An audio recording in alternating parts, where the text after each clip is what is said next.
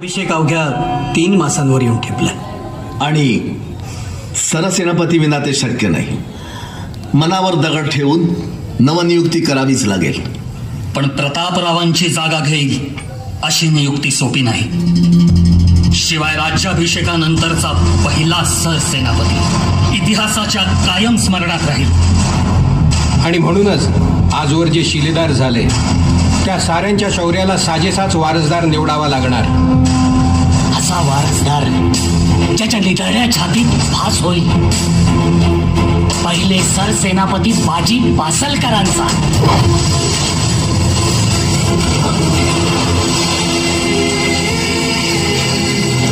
आणि वेळप्रसंगी त्यांना रौद्र रूप धारण करावे. साक्षात शहाजीराजे भोसल्यासारखे. त्याच्या दोन्ही मनगटात साक्षात वसावे पावनखिंडीत तांडव मांडणारे बाजीप्रभू देशपांडे.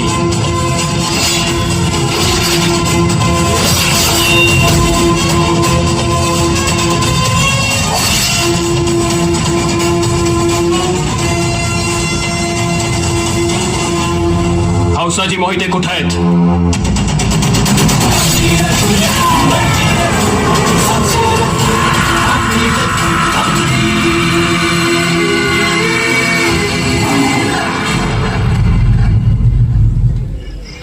काय आलं रे नंदी? हा, अरे युद्धात झालेल्या जखमेत कधी एक ना दागिना नाही.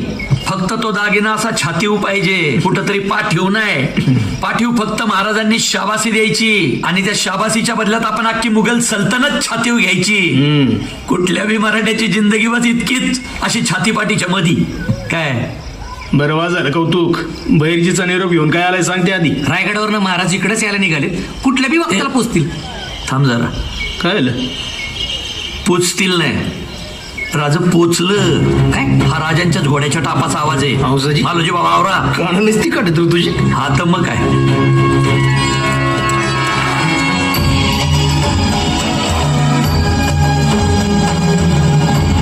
राजू मग जरा घ्यावा. हंसाजी, महाराज इथवर का आले असा प्रश्न नाही पडला तुम्हाला? बहलोल खानाला तोडायचा आदेश असेल तर राजा तुम्ही रायगडावर पोचायच्या त्या खानाचं मुंडकं तुमच्या पायावर टाकीन. राजा आदेश द्या. हौसाजी मोहिते, स्वराज्याला आता कुठल्या खानाच्या शिराची नाही तर तुमच्यासारख्या शूराची गरज आहे. प्रतापरावांचा वारसा तुमच्या खांद्यावर दिला जाईल.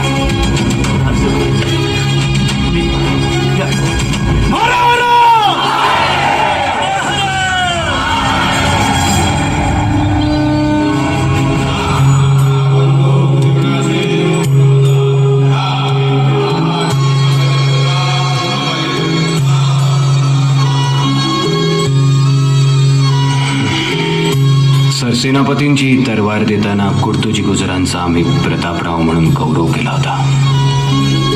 आजपासून हौसाजी मोहिते या खंबीर स्वराज्याचे हंबीरराव म्हणून ओळखले जाते.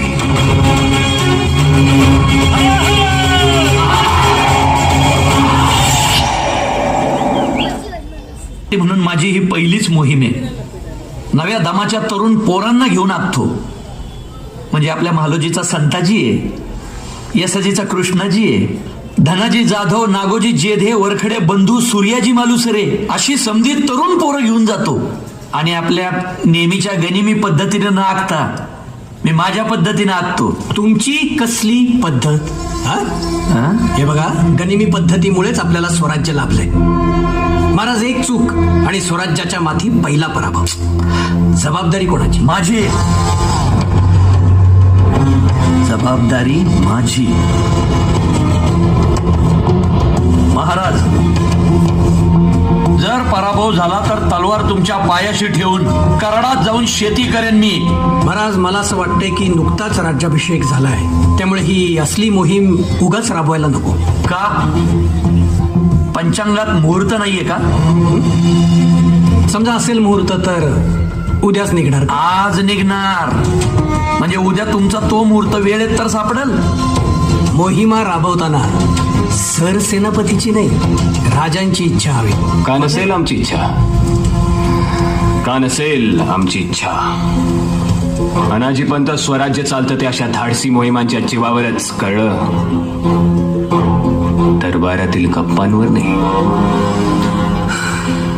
हंबीरराव तयारीला लागाच. आई भवानी तुमच्या पाठीशी असेलच.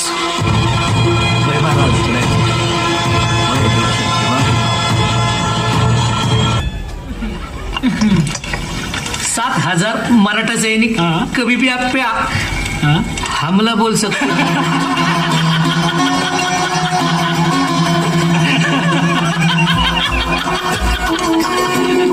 और ये तुमसे किसने कहा बैल वाले? हाँ, तुम्हारे बैल ने? सच बोल रहा?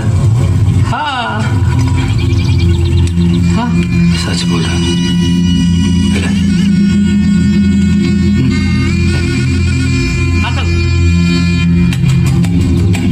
बहादुर, खबर कुछ गलत लग रही है.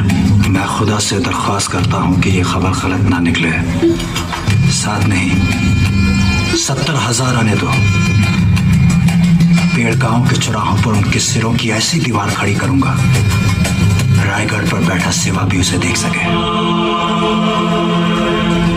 अशा प्रकारे वहीरजी नाईक यांच्या मदतीने नंदी हेराद्वारे सर्जा खानाला फसवी माहिती पोहोचवून सरसेनापती हंबीररावाने पेडगाव या ठिकाणी गनिमी काव्याने हल्ला केला.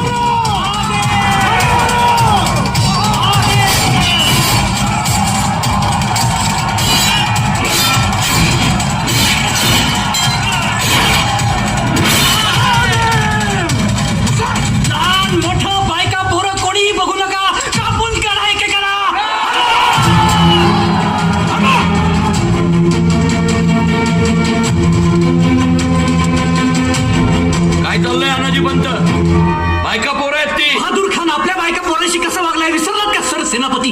त्या बहादूर खानाला त्याचा बाप कोण आहे ते माहित नाही, पण आपला बाप तिथं रायगडावर बसलाय त्याचं काय शिकवण आहे त्याची? असे 10 बहादूर समोर आले तर उभे कापू, पण कुणी बाई समोर आली तर आई समजून तिच्यासाठी कमरेत वाकू. बघा सर,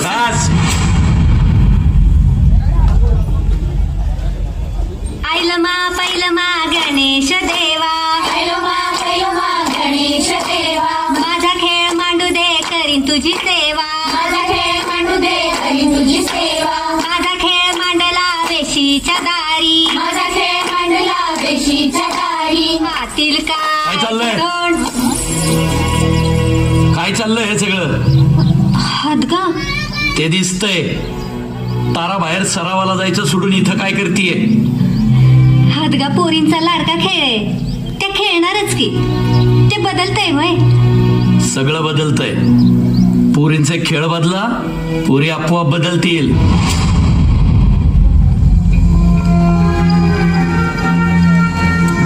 लड़ लड़ कर थके भागे मराठों के जख्म भरने से पहले हम उन्हें नए जख्म देंगे. वाई से शुरुआत करके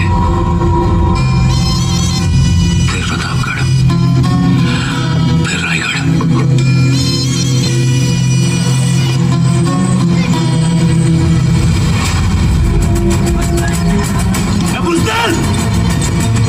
भीड़ दिखा के कहाँ भागना? रुक!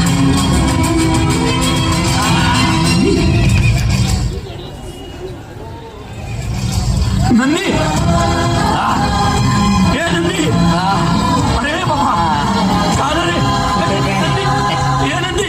सर्जा खान जिवंत आहे. 40,000ची फौज घेऊन रायगडावर निघालाय. संभाजी महाराजांना मारायचा हिडा उचललाय त्यांनी. वैद्य बोलणं बोलो. हा तेवढा आहे ना माझ्याकडे.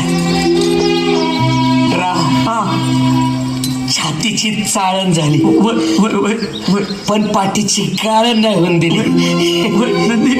महाराजांना वाचवा. जय भवानी.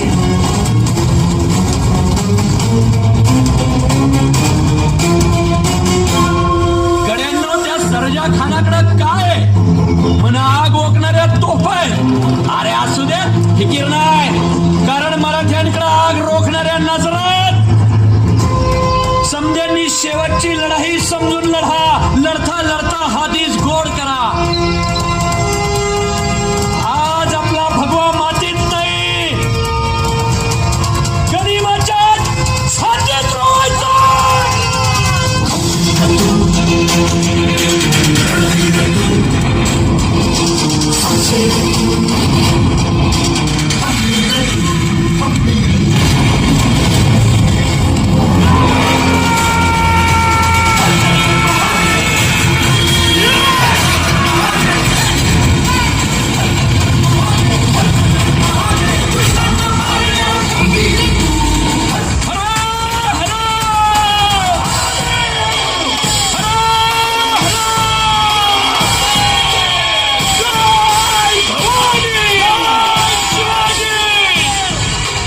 बहिणजी एवढा दारुगोळा घेऊन हा भगवा आपण दिल्लीवर पडकवू 2 दिवसा मग कधी निघायचं हे गाईवरच असतंय.